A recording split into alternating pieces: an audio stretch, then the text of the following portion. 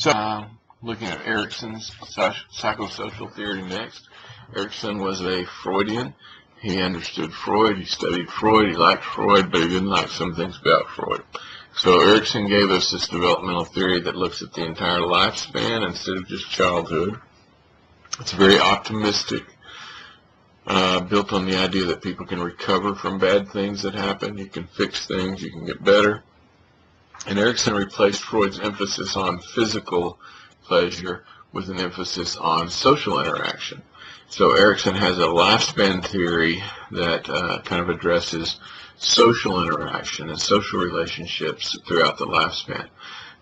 Lawrence Kohlberg developed one of our primary and earliest theories of moral development.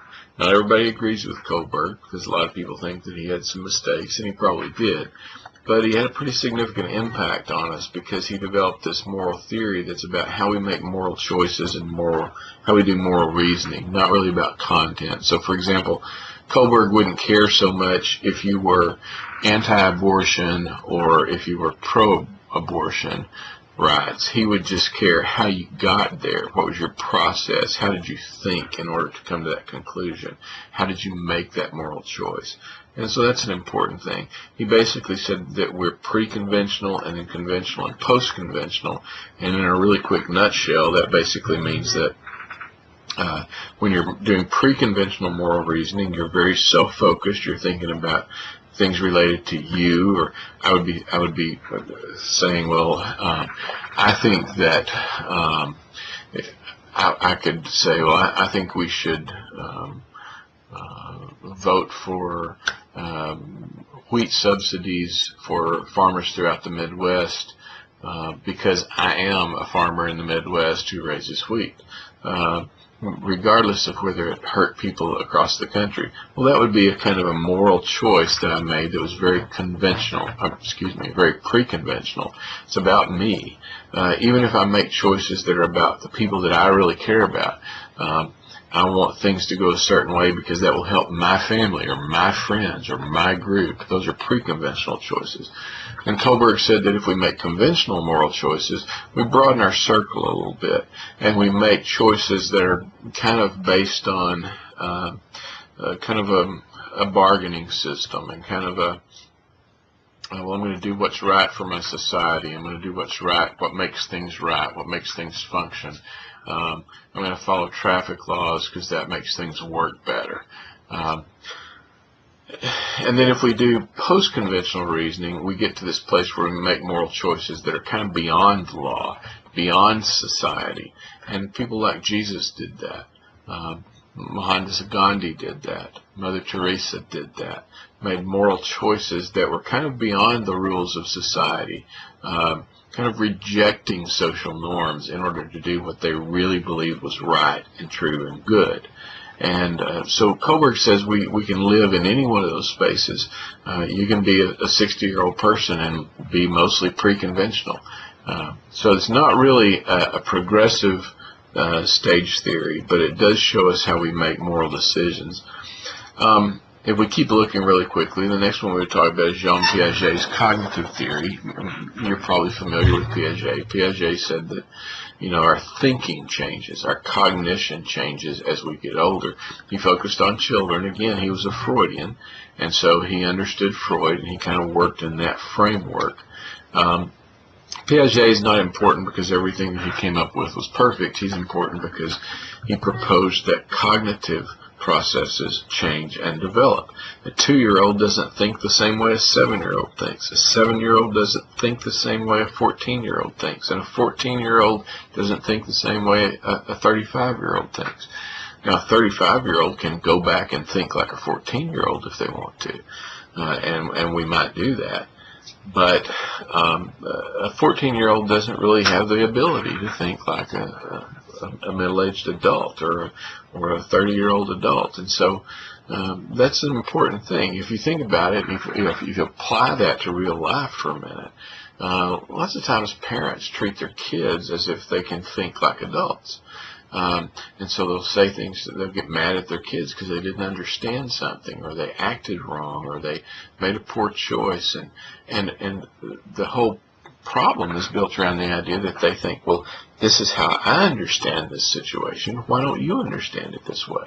Why are you acting so stupid? Well, they're not acting stupid. They're acting like a 4-year-old. And 4-year-olds think differently than 24-year-olds.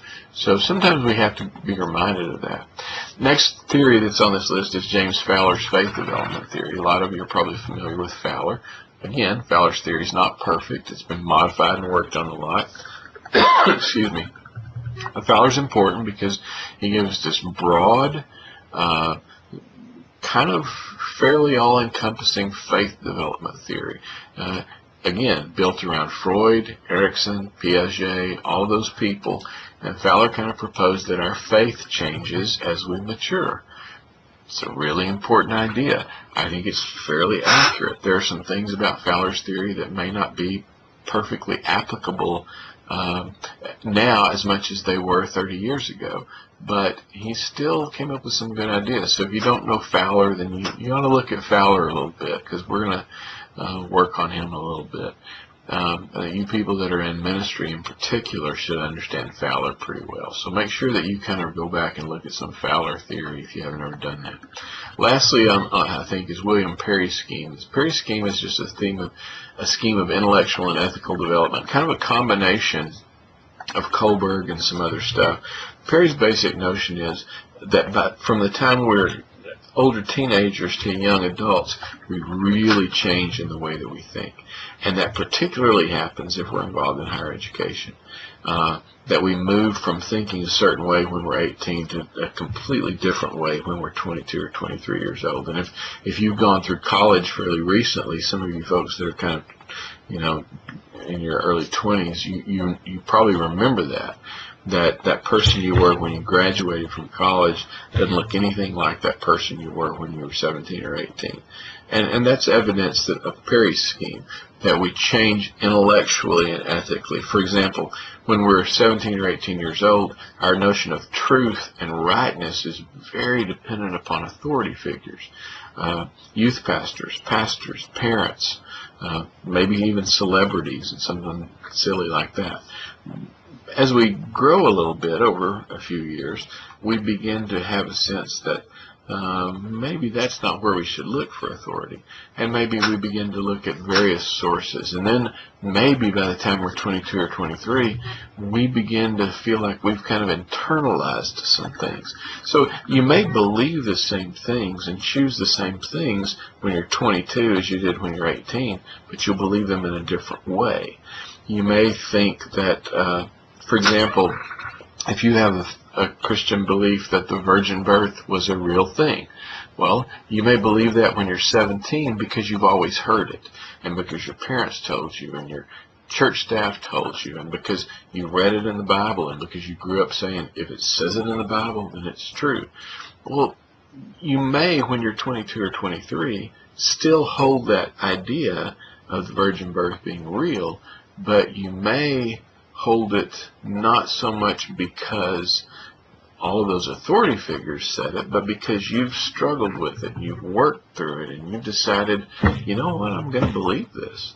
And I don't have great evidence for it, and I can't prove it to you, but I'm choosing to believe it.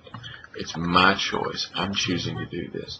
That's a whole different way of thinking than an 18-year-old thinks. So Perry's scheme is about that. Now, we want to start now looking at a thing that's going to be pretty important to us, and that's Carter and McGoldrick's family life cycle theory.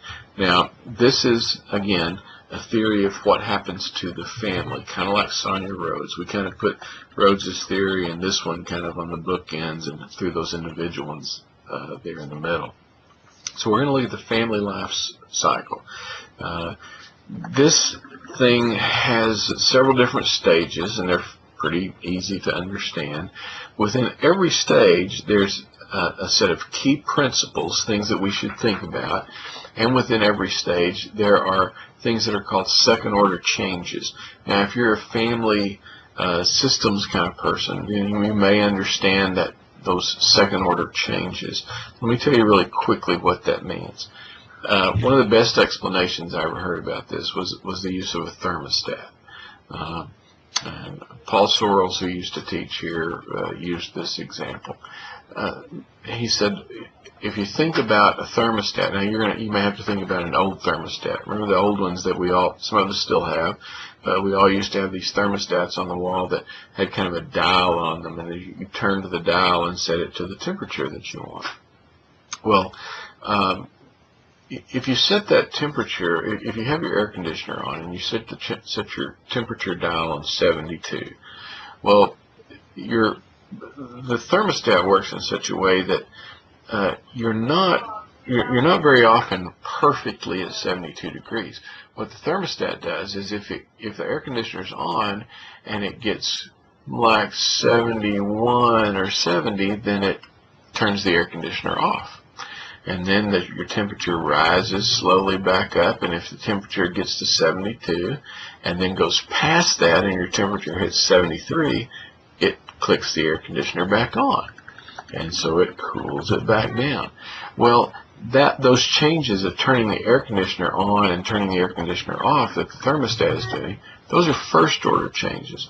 Those are changes that occur within the rules that are set for the thermostat.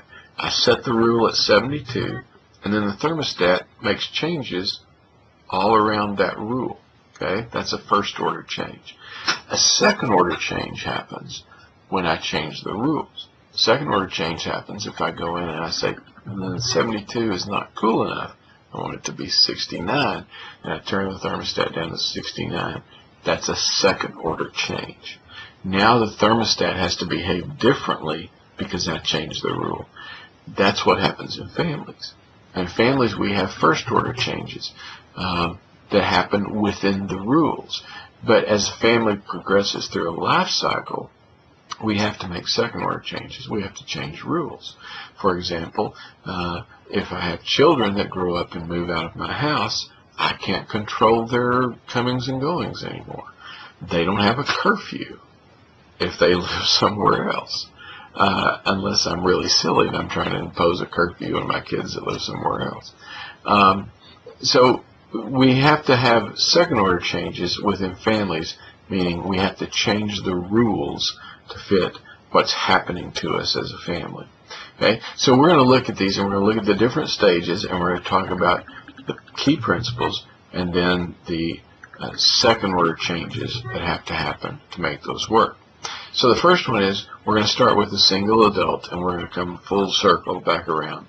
So we start with a single adult. Here's a single adult who's leaving their family of origin and going out into the world. Now, we're going to be kind of stereotypical here. We can't cover every single possible option for people. So we know that every single adult doesn't venture out into the world leaving this perfect family of origin. We come from all different kinds of backgrounds, and we understand that. So let's just say that that's true, but we're going to talk as if we have this kind of stereotypical traditional family, and then we'll maybe talk about the options that exist within that.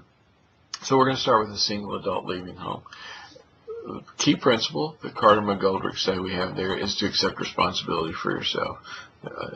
You folks who are in this class have all had this experience of having to figure out how to accept responsibility for yourself and take care of yourself. Some of you did it years ago, some of you just did it recently, but we've all had to do that.